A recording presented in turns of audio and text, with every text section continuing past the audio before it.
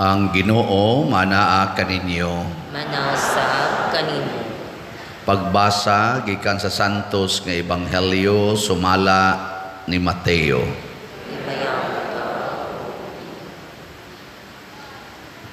Si Jesus miingon sa iyang mga tinun-an, ang pag-abot sa anak sa tao mahisama sa nahitabo sa panahon ni Noe. Ingon sa mga adlaw sa wala pa ang lunop, ang mga tao nagpadayon sa naandan nilang buluhaton sama sa pagkaon ug pag-inom ug pagminyuay, hangtod gayod sa adlaw nga misulod si Noe sa arka. Apan wala sila masayod sa nahitabo hangtod nga ang lunop miabot ug mibanlas kanilang tanan. Ingon unya niini ang mahitabo inigabot sa anak sa tao. Niadtong panahona, duha ka tawo magtrabaho sa uma, ang usa kuhaon ug ang usa ibilin. Duha ka babayi maggaling og pagkaon, ang usa kuhaon ug ang usa ibilin. Busa pagbantay kamo kay wala kamo masayod kun unsang adlaw mo anhi ang Ginoo. Hinumdumi kini kun ang agalon sa panimalay nasayod pa sa takna nga iabot sa kawatan, magtukaw gayod siya og dili motugot nga ang kawatan mulungkab sa balay. Busa kamo usab kinahanglan mag-andam kanunay kay moabot ang anak sa tao sa takna nga kamo wala magpaabot kaniya. Ang Ebanghelyo sa Ginoo. Daygon ikaw, O Kristo.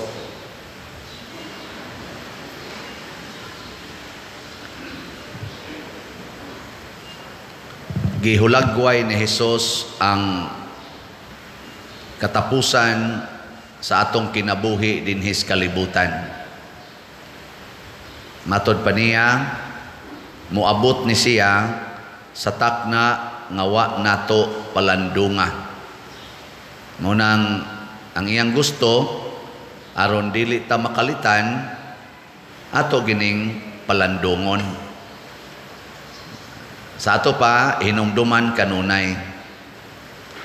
Sige, lingian ang imong tupad. Pahinumdumi ing na matapos ra gyud ta. Ina. Nganong wa man namang lingi ang uban? Nagpa-pretend nga di ta matapos. No. Ang kasagaran manggod nato, di ta mudawat sa katapusan. Ug unsa may hinungdan, kay di manggod ta maminaw sa Ginoo. Ang atong paminawon, ang ato mang kaugalingon ug ang mga tawo sa kalibutan. Mao na nga ingong si Jesus, parihaw niya anis nahitabo adtong lunop sa tibuok kalibutan panahon ni Noe. Di na maminaw ang mga tao sa pulong sa Ginoo, ang ilang paminawon ang pulong sa tao.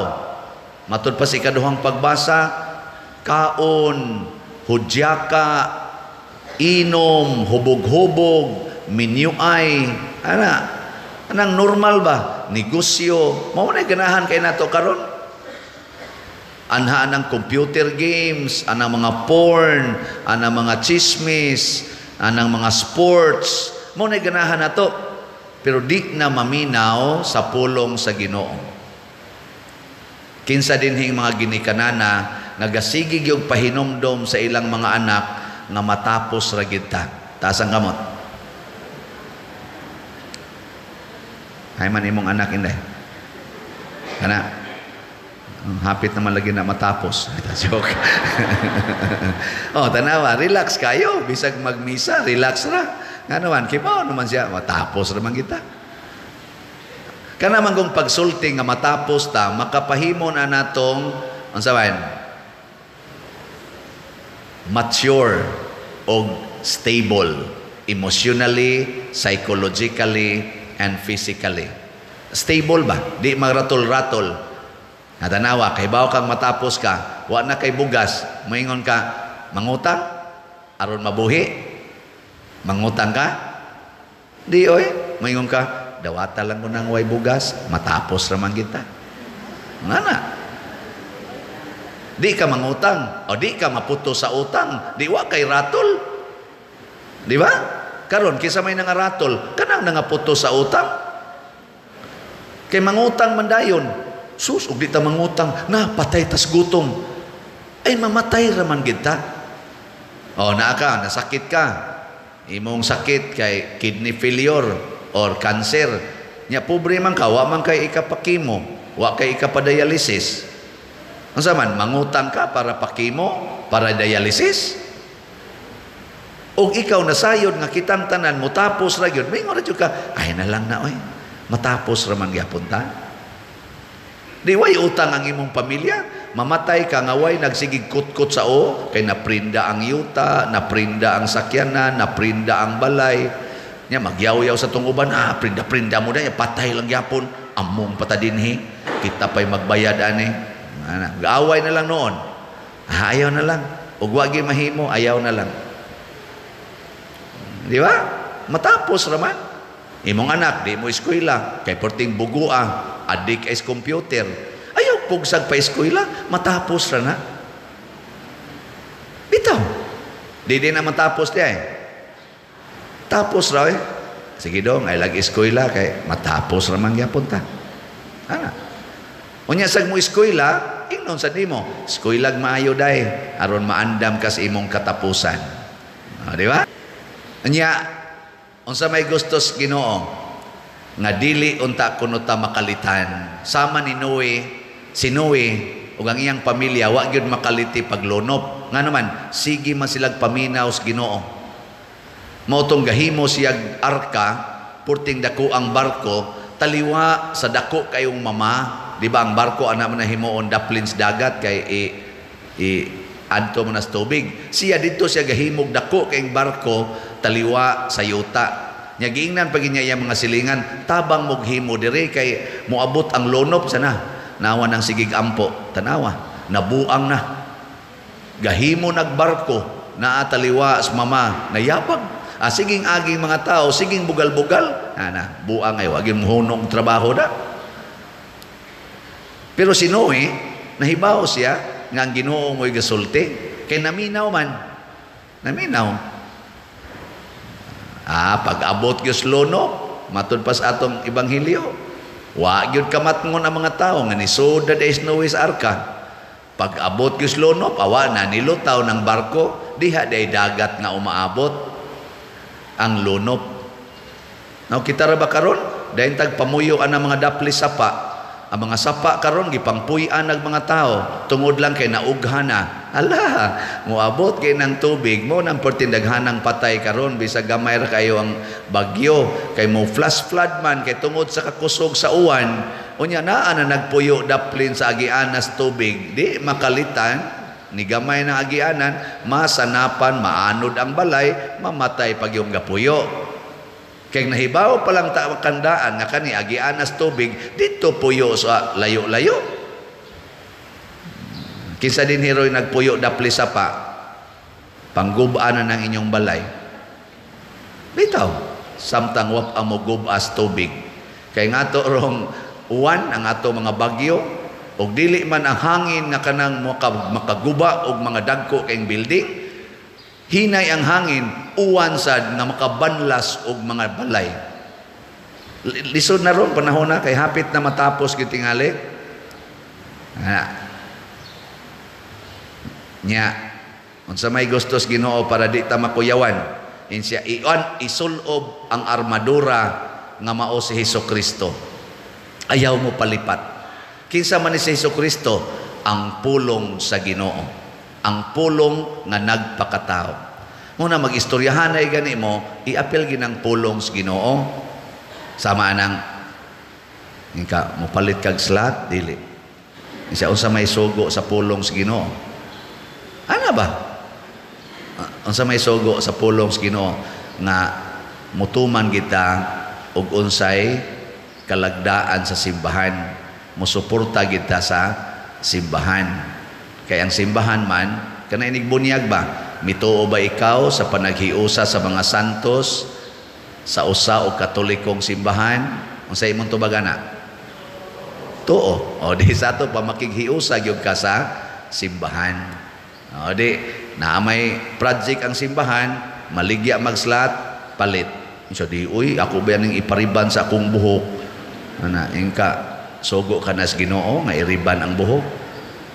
Ana ba? Gamita ang pulong sa Ginoo, ipalit biya ni nako og bag-ong laptop or bag-ong cellphone. Sugo ba sa Ginoo nga magsige jud kag upgrade anang imong gadget? Para unsa man na? Para maduol kas Ginoo o maduol kas demonyo? Di na lang din nako paliton oy. Palit na lang nako og slot nya kay tag 30,000 man ni akong palitonon or 40,000 man ni akong palitonon, mo palit na lang ko og 40 ka slots. Nindota no? Giling niya imong tupad. Muuyon ka ng analysis ni Father. Giko no? Pangutan ba? Muuyon ka na? Uy, pangutan ang anaw ay. Wow na siya. Kay di man ta maminaw. Nya moingon nito, hala, kansi ta ani. Nya unsa nalay akong naong. Sige, ipariban imong buhok. Ipariban. Ikaw magriban, mabangga da yung motor imong gisakyan. Nya mabuak da yung imong dito sa simento. Beautiful pa tungod kay bagong riban imong buhok. Karag-karag na yun. Padir, na-disgrasya si Kuan. Adto as ospital, kaya di nakatingog. Hilugi, padir. Ako din nga naon. Pariban pa more.